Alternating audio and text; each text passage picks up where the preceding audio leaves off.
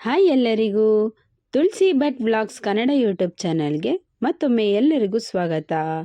ಎಲ್ಲರೂ ಹೇಗಿದ್ದೀರಾ? ಎಲ್ಲರೂ ಚೆನ್ನಾಗಿದ್ದೀರಾ ಅಂತ ಭಾವಿಸ್ತೀನಿ. ನಾನು ಕೂಡ ಚೆನ್ನಾಗಿದ್ದೀನಿ. ಇವತ್ತು ನಮ್ಮ ಮನೆಯಲ್ಲಿ ವೆಂಟೇಜ್ ಕಲ್ಪ ಹಾಗೂ ಪಾರಾಯಣ ಮಾಡ್ತಾ ಇದ್ದೀವಿ. ಅದರದ್ದು ತಯಾರಿಗಳು ಹೇಗಿರುತ್ತೆ ಅಂತೇಳ್ಬಿಟ್ಟು ತೋರಿಸ್ತೀನಿ ಬನ್ನಿ.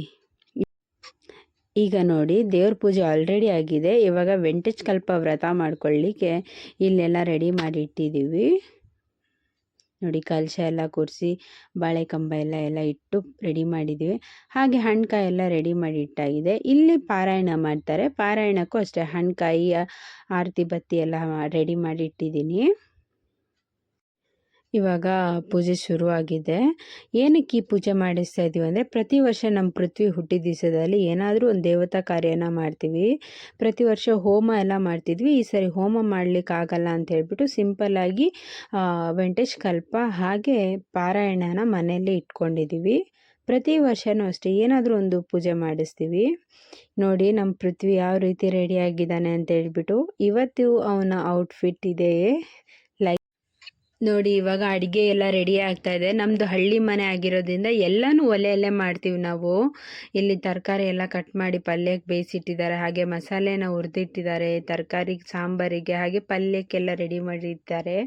ಇಲ್ಲಿ ವೀಣಾ ಅಂತ ಹೇಳ್ಬಿಟ್ಟು ಇವರು ನಮ್ಮ ಮನೆ ಹತ್ರನೇ ಇರೋದು.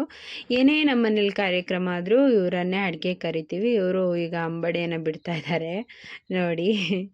ಮತ್ತು ತುಂಬ ಚೆನ್ನಾಗಿ ಲವಲವಿಕೆಯಿಂದ ಖುಷಿಯಿಂದ ಮಾತಾಡಿಕೊಂಡು ಚೆನ್ನಾಗಿ ಅಡುಗೆನ ಮಾಡಿಕೊಡ್ತಾರೆ. ಹಾಗೆ ಒಳ್ಳೆ ಟೇಸ್ಟ್ ಕೂಡ ಇರುತ್ತೆ.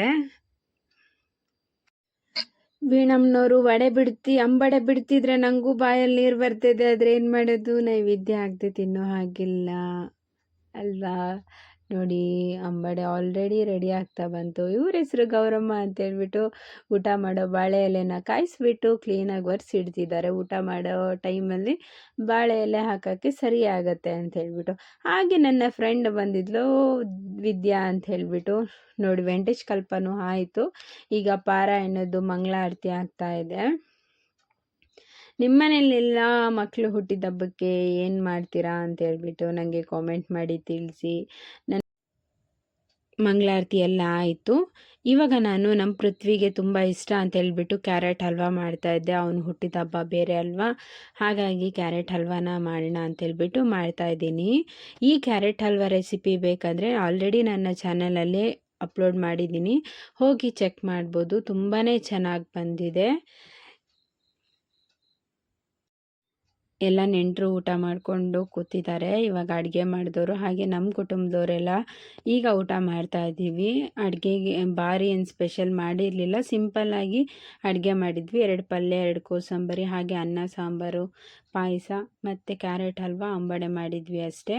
ಊಟ ಎಲ್ಲ ಆದಮೇಲೆ ಮಕ್ಕಳಿಬ್ಬರನ್ನು ಕೂರಿಸಿ, ಪೃಥ್ವಿದು ಬರ್ಡೇ ಅಲ್ವಾ, ಹಾಗೆ ಅವಳ ತಂಗಿ ನಾನು ಆರತಿ ಮಾಡಬೇಕಾದ್ರೆ ಒಬ್ಬರನ್ನೇ ಕೂರಿಸಿ ಆರತಿ ಮಾಡಬಾರ್ದು ಅನ್ನೋ ಕಾರಣಕ್ಕೆ ಪ್ರತಿ ಸರಿ ನಮ್ಮ ಮನೇಲಿ ಆರತಿ ಮಾಡಬೇಕಾದ್ರೆ 2 ಮಕ್ಕಳನ್ನು ಕೂರಿಸಿ ಆರತಿ ಮಾಡ್ತಾರೆ. ಅದು ದೊಡ್ಡವ್ರಿಗಾದರೂ ಸರಿ, ಸಣ್ಣ ಮಕ್ಕಳಿಗಾದರೂ ಸರಿ. ನೋಡಿ, ಇಬ್ಬರಿಗೂ ಆರತಿ ಮಾಡ್ತಾಯಿದ್ದಾರೆ. ಆರತಿ ಎಲ್ಲ ಮುಗಿದ್ಮೇಲೆ ಅವ್ರ ಕೈಲಾದಷ್ಟು ಉಡುಗೊರೆಯನ್ನು ಕೊಡ್ತಾರೆ. ಈಗ ನೋಡಿ, ಉಡುಗೊರೆಯನ್ನು ಕೊಡ್ತಾ ಇದ್ದಾರೆ. ಹಾಗೆ ಅವ್ರ ಅಜ್ಜನೂ ಕೂಡ ಬಂದು ಹಾಗೆ ಉಡುಗೊರೆಯನ್ನು ಕೊಡ್ತಾ ಇದ್ದಾರೆ. ಈ ಪದ್ಧತಿ ಯಾರ್ಯಾರ ಮನೇಲಿದೆ ಅಂತ ಹೇಳ್ಬಿಟ್ಟು ನನಗೆ ಕಾಮೆಂಟ್ ಮೂಲಕ ತಿಳಿಸ್ಕೊಡಿ.